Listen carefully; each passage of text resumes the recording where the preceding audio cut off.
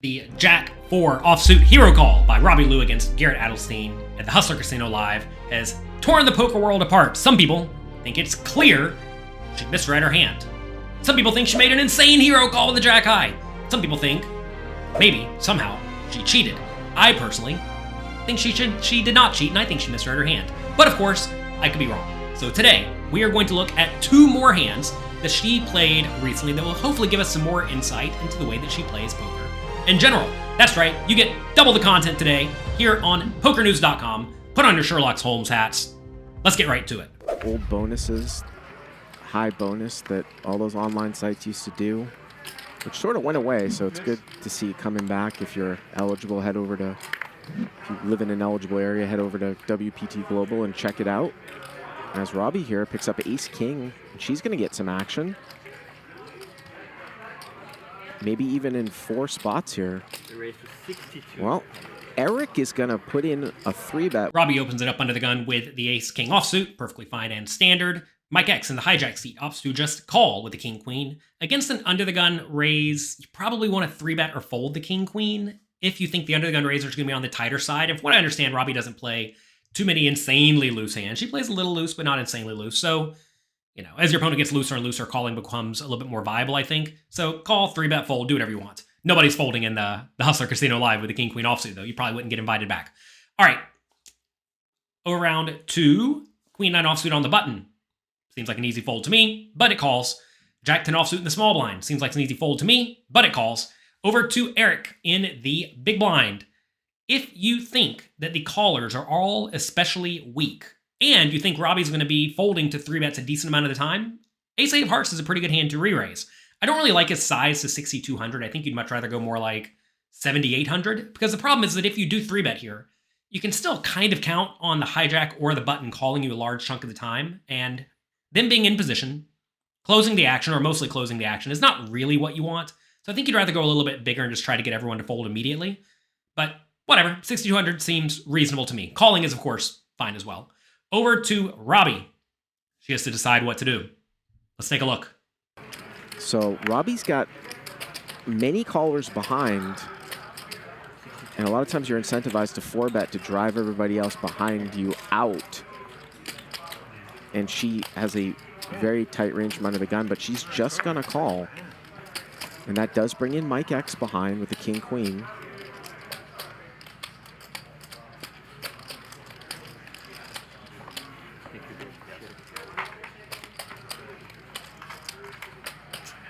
And the action here is on Rip, who called with Jack-10 off initially.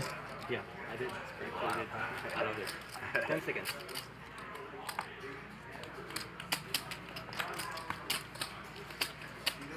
Shout out to Joey Ingram, Chicago Joey Ingram, joining the live chat. Robbi decides to just call. And I think if she could actually see the cards out right now, she would much prefer to re-raise. Now, some people may say, if you know all the cards, you can just play perfectly. I don't think if she is using some method of cheating, it is that she can see all the cards. But if she could, even then, I think you'd rather put in the re-raise. Because if you re-raise, what's going to happen is very often everyone's going to fold besides Eric, who's either going to call or decide to load in a 5-bet bluff, which he very easily could do with a suited ace. And if you re-raise small to something like 15K, he's going to call very often. So I think it's perfectly fine and reasonable to play a pot in position, this $30,000 deep with the ace-king against the ace-8. You'd much rather that happen than you call and have to play a very multi-way pot, because quite often you're just going to end up with not the best hand when you're playing a very multi-way pot. Now, certainly whenever she does call 6,200, quite often king-queen's going to call, queen-9's going to fold, and jack-10's going to fold, so you're against 2 players with 3 outs each. But I think the most reasonable players is to put in a re-raise and go from there. If you can't see your opponent's cards, I think the most reasonable play against someone like Eric, who is known to blast, is also to put in a re-raise. So I think this is probably not that great of a play to call. I think you'd much prefer to re-raise, and then if Eric wants to play for a bunch of money, let him, right? I mean, yeah, you're going to be against aces and kings sometimes, but you have to be willing to get 300 big blinds in against someone who is going to be blasting hard. So I think in this spot, she definitely wants to put in the re-raise. Anyway, she decides to call. King-queen calls as expected. Queen-9 and Jack-10 finally figure out they're dominated, and they opt to get out of the way. I know Jack-10's not dominated. Don't be picky. It's in pretty bad shape out of position. All right, let's go to the flop. Here we go, 3 ways, 21.8. And everybody misses. Robbi with the ace of diamonds here, Mike with the king of diamonds. And this is why you're incentivized to drive people out with ace-king from under the gun, because Robbi could easily continue if she were heads up. Now it's much, much tougher when she has Mike behind her. Eric, that's about a third of the pot. Looks like she's going to continue anyways, though. 800. And now it's over to Mike, and he might feel like he can maybe call with his 2 over cards and king of diamonds. Now he's going to get out of the way. Flop comes 10, 5, 3, 2 diamonds. Eric has zip and pip, absolutely nothing. He decides to go for a continuation bet, though, and I think you probably just want to check fold out of position with 2 players yet to act, especially since both of them could easily have pairs, or just the ace of diamonds or the king of diamonds that's not going to fold. So I think he probably just wants to check. Once he does bet, though, I think Robbi has a very, very easy call. She wants to stay in the pot with the good flush draw. She does not want to get blown off of her hand. And when I say flush draw, I mean backdoor flush draw, but that's good enough. You have to realize, unless you expect the hijack to raise very, very frequently, this is a spot where you want to continue pretty wide. And if you do get raised here, you're usually going to be in terrible shape anyway, and you can get off the hook. So pretty easy call for Robbi. Mike, with the king of diamonds queen, just decides to fold, which I actually think is a good fold, because facing a bet and a call, he should expect to be against the ace of diamonds a decent amount of the time, or just strong overpairs a lot of the time. So I like the fold there from Mike X. All right, let's go to the turn.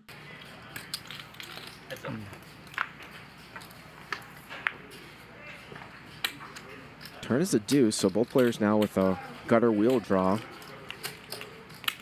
Not a great barrel card here for Eric, but he is going to continue.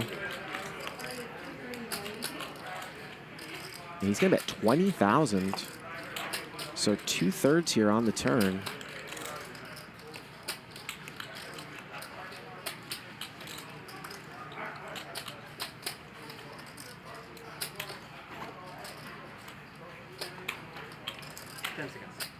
Or about a half pot size bet on the turn, rather. 45.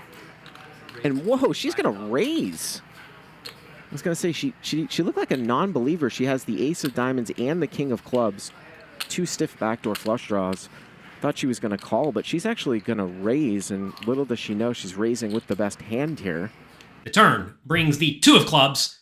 Eric decides to go for another bluff with the ace high that lacks showdown value, which, you know, if you want to blast it, I guess, sure. And then Robbi does something very, very similar to what she did with that Jack forehand, where she puts in a small raise. This small raise is actually for something like 20-something% of her stack, maybe a little bit more. I can't do math.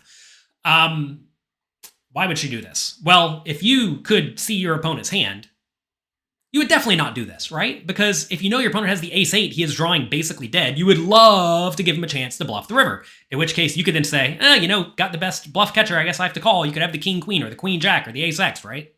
So this is a spot where if you could see your opponent's cards, it would be pretty terrible to put in a raise. But she does raise. Now, I don't think that's especially a good poker play. Maybe she's trying to bluff. Maybe she's trying to buy a showdown, as some people will try to do, where she raises now, and then the opponent calls, then it goes check, check on the river, and she loses. I'm not exactly sure why she would play this way, but you would not play this way if you could see your opponent's cards. I think that would be especially bad. Let's see what Eric does.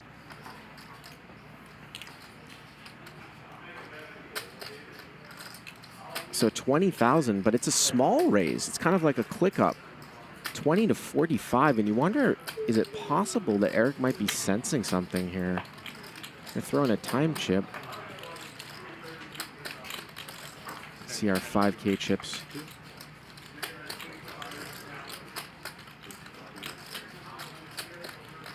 Remember, she opened from under the gun and then called a 3-bet. So those low cards don't do a whole lot for her. Of course, she could have like ace-4.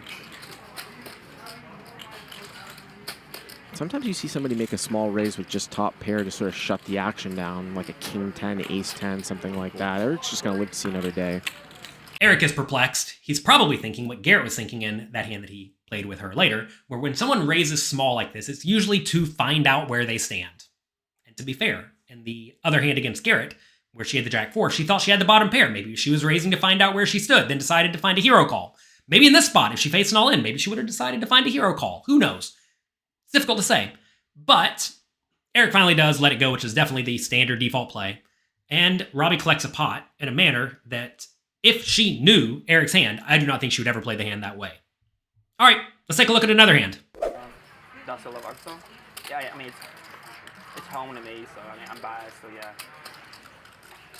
It's not the heat that's so bad, it's the fucking humidity. Yes, brutal, absolutely brutal. I've been in Houston for the last month, like 50, Yeah, so 40 you know. some days. Yeah. Dude, I'm in one.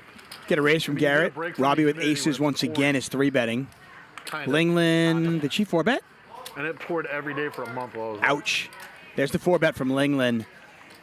I know a lot of players will slow play the aces. I do not think Robbi will. Now we are playing a tiny game. We're playing 25, 50, 100 with a $100 big blind ante. Folds around to Garrett Adelstein. You heard of him? He opens it up with the 10-9 of clubs. Perfectly fine and standard. Over to Robbi, who 3-bets from the button to $1,200 with pocket aces. This is maybe a tiny bit big, but whatever. We're playing very, very deep stacked. $60,000 deep, so 600 big blinds.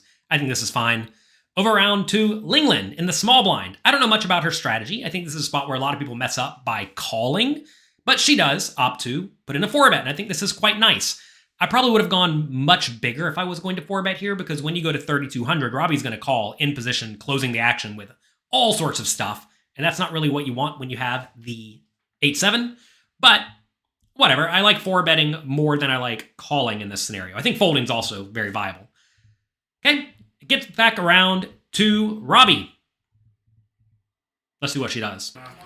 Doesn't really want to see a flop and lose a monster pot. She's up 30K on the night already. I expect her to 5-bet, which is Playing this incredibly deep stacked, 600 big blinds, I think Robbi has a very, very easy 5-bet. Both if she knew her opponent's hand and if she did not.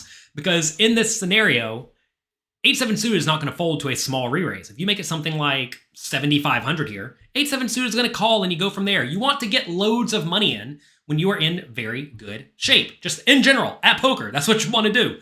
And you would never call. Now, why would she call in this spot? Well, maybe she thinks Ling Ling's insane. I don't know. I don't know anything about her strategy. If she thinks her opponent has all sorts of nonsense in her range, then I suppose maybe you could call. Because as your opponent's range gets more and more trashy, you should be more inclined to call to force them to stay in the pot out of position. But this is definitely a spot where you just want to put in a 5-bet. Whatever. She calls. Let's go to the flop. exactly why she calls. I know nothing. Why do I even talk? It's a great play from Robbi. Let me look. She's in position. I mean, calling the 4-bet is just brilliant by her, so give her credit. Oh, yeah? That's not bad. I just did Mine not is think she very would do good, it. So, bet 4,000. She bets 4,000. I mean, Robbie's loving her spot. Ling Ling is repping an overpair. Flop comes 7, 5, 2. Ling Ling goes for a bet. Seems like another very, very easy spot to raise with the aces, especially if you know your opponent has the top pair, because they're not going to fold, right? But Robbi just calls. And to be fair, I don't mind the just call in this scenario if you think your opponent's range is full of all sorts of nonsense like King Jack, Queen Jack, Ace X, right? You really, really, really want those hands to stay in the pot. But if you knew your opponent had a 7, you would definitely raise on the flop because a 7's not going to fold. So seems like a normal, fine, standard hand up to this point. That said, I think Robbi should have re-raised pre-flop because she has the aces. And I think she also probably should have raised the flop because she really wants to stack Ling Ling when she happens to have an overpair or a random 7 or a hand like Ace 4 suited that could sporadically get there on the river. Or at least will stick around against a small raise. Anyway, let's go to the turn. Pocket pair? Jack's one of the cards that could theoretically have hit Ling Ling's range. Check. No. Whoa, would you? I'm thinking. What's happening? Look how confident Robbi is right now. She's feeling it. I'm not, it's not my turn. All right. Just want to clarify. Yeah, I'm just saying.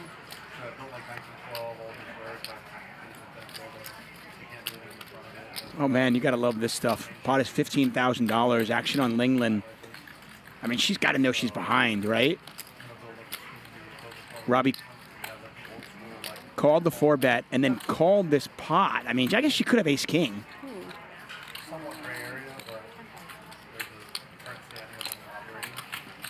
And Ling Ling bets 10,000 and Robbi calls. The turn brings the jack of clubs, and Ling Ling decides to fire again. I think this is probably a spot she wants to check, but whatever. She bets 10,000. Now, some people may say, let's see if she raises the turn with this one.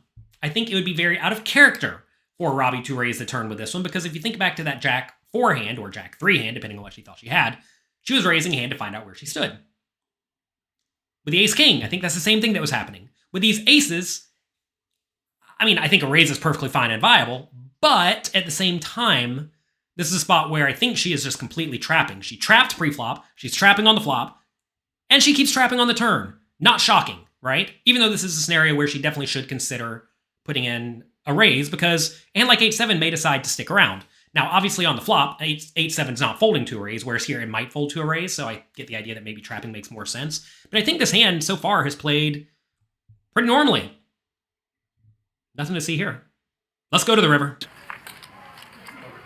Oh, the river's another 7. You gotta be kidding me. Yeah. What do you have? I'll show you. Want to check?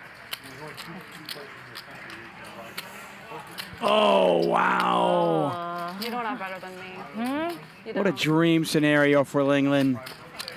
I'm gonna bet small. Okay. I'll call it. Okay. I might re-raise. Don't say that. You got queens? It's better. Better?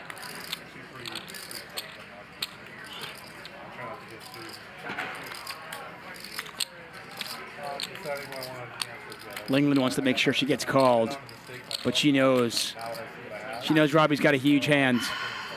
I think you're tricking me. I got lucky. I think I got lucky. I'm sorry. I'm very lucky.